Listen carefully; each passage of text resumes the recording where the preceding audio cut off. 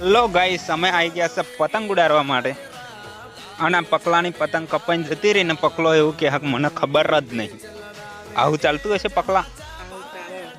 ના ચાલે.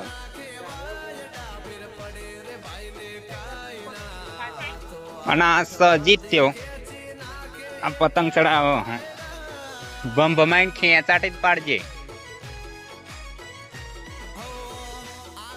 અહીં ચોક ઊંચું કરીને કપી દે કે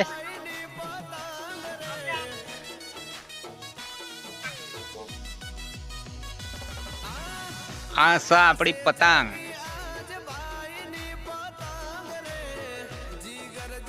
અને આ સડલો